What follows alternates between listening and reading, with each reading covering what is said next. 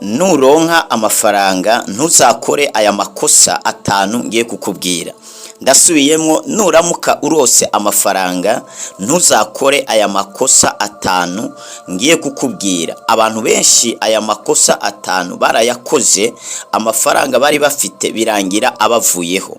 Amafaranga ahari aravuga kandi benshi barakoreshwa n'amafaranga. Benshi barumvira amajwi y'amafaranga. Ni byiza kugira amafaranga ariko ntashobore gukontorora, ntushobore kumvira amajwi y'amafaranga. Benshi amafaranga yarabarushe, abakwegera mu bintu bitari byo, abakwegera mu ngeso mbi, abandi birangira batandukanye n'imiryango n'inshuti zabo za kera bitewe nuko barose amafaranga.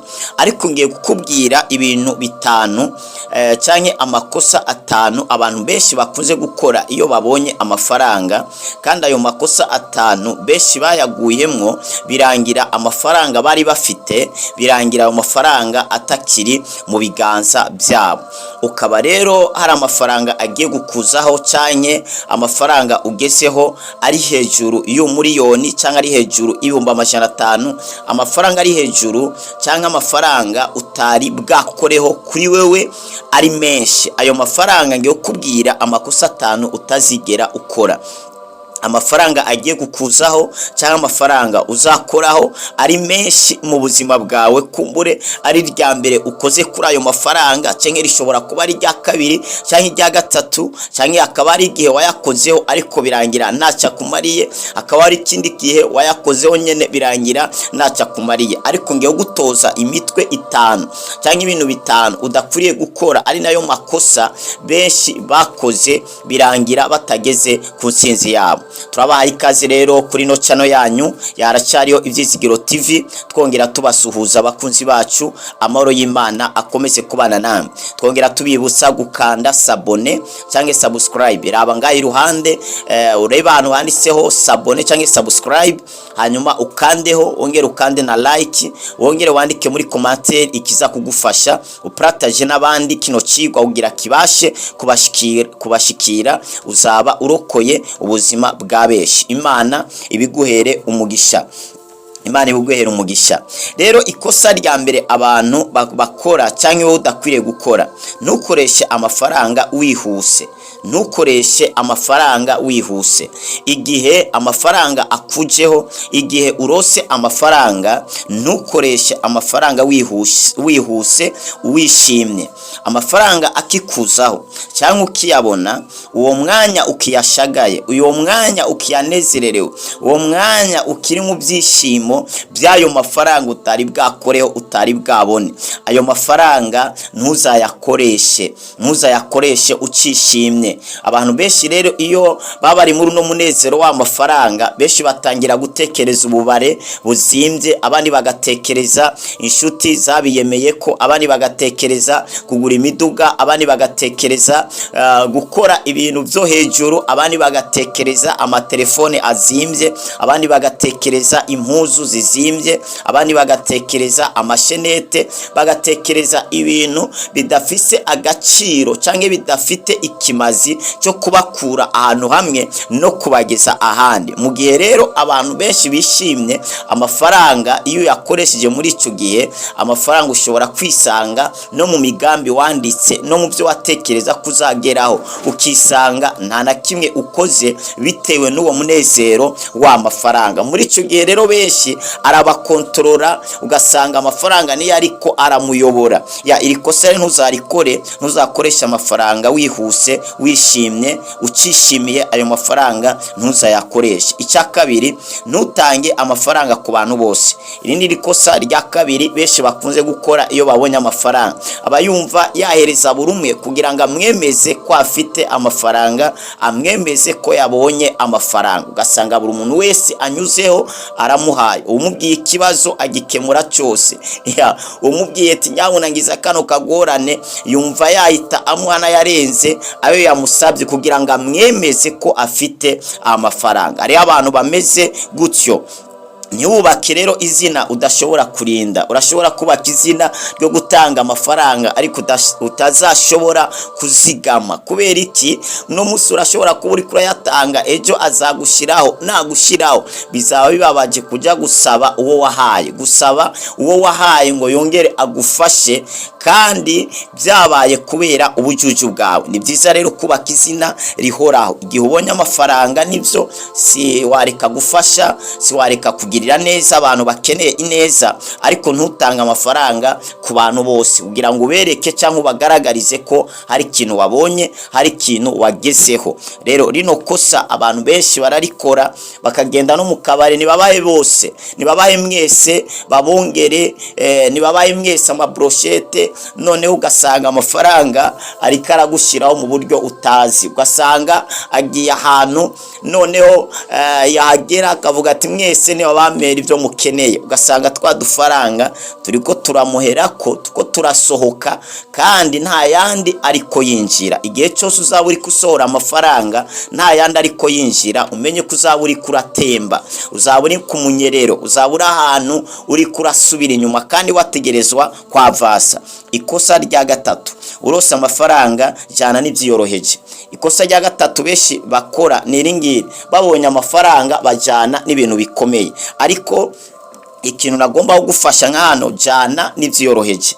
Iri kosa rero rya gatatu benshi bakora, bakajana n'ibintu bikomeye. Iri ryatumye benshi bahomba, basubira inyuma mu buzima. Umuntu abonye amafaranga ngo waguye kuri iPhone miliyoni zingahe, umuntu abonye amafaranga ntiyakiyabona, aguye ku mashenete. Ejo bazana kuniga nijoro babikwambure, birangire nta kintu ugezeho. Ejo bazana gutera kaci. Umuntu arose amafaranga ahise ajya kugura ibiduga bizimbye. Niho ukibona amafaranga nta na karikire wagize, nta mibare wagize. Mbega igitoro kino modoka kizajya kiboneka gute? Niye soko kizajya kivamo? Mbega ko ngiye gupanga inonso, abandi bakabona amafaranga itasimbira mu nzu y'imiliyoni zingahe, akaja kuyipanga. Avuye mu 100,000 agiye mu ziyumba amajana cyangwa miliyoni zingahe. Ukibaza uwo muntu, mbega niye soko wakinguye izaza izana namo ayo mafaranga? Amafaranga uko yoba ngana kose, ari stoke cyangwa ari ahantu, ukaguma uyasora n'ayandi ariko yinjira, umenye ko iherezo ayo mafaranga ategerezwa guhera. Ayo mafaranga ategerezwa guhera. Urose amafaranga rero kugira ngo bikugendekire neza, jana n'ibyiyoroheje. Kauka neza nk'udafise amafaranga, jana n'ibyiyoroheje, gura utuntu twiyoroheje. Hari umuntu abonye amafaranga ahita none akantu kose gakenewe mu nzu agahita kazana. Ngo yazanye urufrigo, yazanye televiziyo rw'imiliyoni zingahe, ngo yazanye n'ibintu bidakenewe byose yabizanye. Ugasanga inzira pambye n'ibintu bimwe atazigera anakoresha. Ugasanga yayujuje gusa, nta soko afise izagumizana amafaranga, ahubwo n'utwo afise ari kudukoresha nabi. Nguwo yaguze impuzu zizimbye, nguwo yaguze ikirato kizimbye, nguwo asokera mu bare buzimbye, nguwo asigaye agenda kurira mu mahoteli, niyo asigaye agenda, nguwo aguma agenda ingendo. Narumvise abantu iyo habaye umupira, mu gihe abandi bajya kurebera kuri televiziyo, ariya muri twegerane bakawusangira n'abandi, we afata indege akagenda hariya umupira uba wabereye, akagenda kureba, akicarira mu kibuga. Urabyumva, haba yafashe ni hoteli, umva agenda hakiri kare kugira gure tike, ugaba yafashe ni hoteli. Ubwo nyene acarya hariya akanywa hariya, hanyuma akagenda no mu kibuga. Ubwo nawe nyene nibinjira uko nyene baba bishuye, akagenda kurorerera hariya. Nigeze kuva ko hari umuntu yigeze kumusaba ikintu ngo amufashe, ahubwo amubwira ati uraza ndakurihira indege tuze tugende kuraba umupira.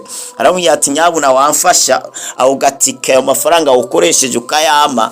Yamubwiye to yanjye nta mafaranga naguha, ariko ndashobora kukwishurira itike y'indege. Urumva ico kintu? Urumva ico kintu? Ni uzabona imboregwa zirakunda gusorora. Abantu bamwe izoga barakunda gusorora, yanagusororera n'ibihumbi amajana, ariko umubwiye ngo wamaye n'ibihumbi 100 ntware muhira, ko mfise abantu nasize muhira nta kintu nabasigiye. Akubwira ati byo muhira ibyo biraba wewe, hanyuma ibyo ngaha biraba njewe. Urumva ivyo bintu ni hatari. Ikosa rero rya kane, cyangwa ikintu cya kane ukwiriye gukora, ikosa rya kane benshi bakora, baca babaho ubuzima bugaragaza ko bafise amafaranga. kubaho ubuzima bw'amafaranga, kubaho ubuzima bugaragaza ko ufite amafaranga. Iri ni ikosa rikomeye, ariko ugomba kurikosora baho nk'umuntu adafite amafaranga, ugomba kurikosora baho nk'umuntu adafite amafaranga. Ikosa rero benshi baca bakora, baca bashaka kubaho nk'abantu bafise amafaranga, ugasanga buri munsi yama ku rukarango rw'inkoko, buri munsi yama ku bintu bizimbye, buri munsi yama yasohotse, we asohoka buri munsi yama kubita amasho, yama ku bintu bizimbye. Iri ni ikosa benshi bakora rigatuma udufaranga barose tubashiraho. Ariko ikintu cya kane uwo kosora baho nk'umuntu adafite amafaranga.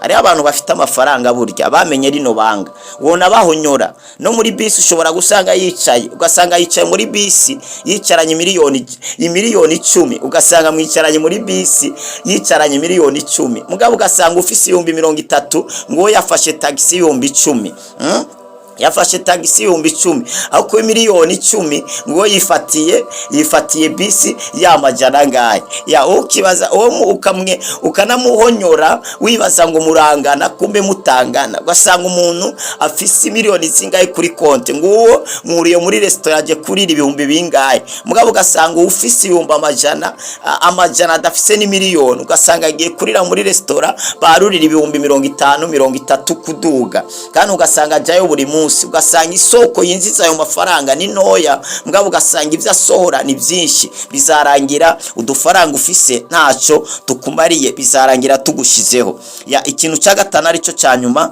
tekereza icyo wayakoza cyo vyara ayandi. Ya ikintu cya gatanu wakora, tekereza icyo wayakoza cyavyara ayandi. Ariko ikosa rya gatanu benshi bahita bakora nuko bahita batekereza ibintu bikomeye n'ububare bukomeye n'impuzu zikomeye n'ibintu vy'agaciro, bohita batangira kugura kugira ngo bemeze abantu ko hari ikintu bagezeho. Ariko impanuro ukwiye gukora, tekereza icyo wayakoza cyavyara ayandi. Mbere yuko utangira no kuyarya, banza wicare utekereze. Apana umunsi umwe, byo ubona mara n'indwi canke ukwezi wayapowesheje ahantu uri kuratekereza icyo wayakoza cyayagwiza. Tekereza icyo wayakoza cyavyara ayandi. Wihubuka mu gukora ibyo wumvise byose ngo ushoremwe amafaranga, ibyo wumvise hariya ngutangemo imitahe. Manza wicare, tekereza ikintu wakora cyavyara ayandi mafaranga, cyagwiza ayo mafaranga yakujeho cyangwa ayo mafaranga warose. Ibi bintu rero mbegeye kuvuga, abantu benshi barabikoreyeho, ubuzima bwabo burahinduka. Ariko abantu benshi baraguye mu makosa, birangira amafaranga yose abashizeho, baraba biliyoneri, ariko no munsi nta kintu babashije kugeraho. Imana igumugisha, mwakoze cyane kudukurikirana kuri no channel yanyu yaracyariho Ibyizigiro TV. Mwibutse gukanda sabone cyangwa subscribe nimba wadukurikiranye uri ku rubuga rwa YouTube, ukaba dukurikiranye uri ku rubuga rwa Facebook, ndakwibutse gukanda follow kugira ngo igihe cyose dusizeho ibiganiro ube uwa mbere ubikurikiranye. Wibuke guparataja abandi kugira ngo bashe gushikirwa. Warahezegiwe cyane. Mwari kumwe na Apotre wa Kristo Glory Shine niwe bashikirije kino kiganiro.